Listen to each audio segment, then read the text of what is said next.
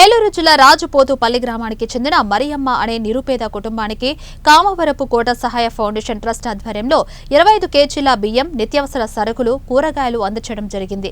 ఈ సందర్భంగా ఆర్థికంగా ఇబ్బంది పడుతున్న మరియమ్మ తరుణంలో చిలక యేసుబాబు అందించిన సమాచారం మేరకు బియ్యం, సరుకులు పంపిణీ చేయడం జరిగిందని ట్రస్ట్ చైర్మన్ వీరమల్ల మధు అన్నారు. ఈ కార్యక్రమంలో సహాయ ఫౌండేషన్ ట్రస్ట్ సభ్యులు గోరికల వెంకట్, పండూరి రామసాయి, సౌజన్ సాయి పాల్గొన్నారు. రోజు రాజుపోతేపల్లి గ్రామానికి చెందిన మరియమ్మ గారు ఇటీవల ఆవిడ కడుపులో చిన్న గడ్డలు ఉండటంతో ఆపరేషన్ చేయించుకున్నారు. వారి ఆర్థిక పరిస్థితుల దృష్ట్యా మన తమ్ముడు యేసుబాబు మాకు సమాచారం అందజేశారు.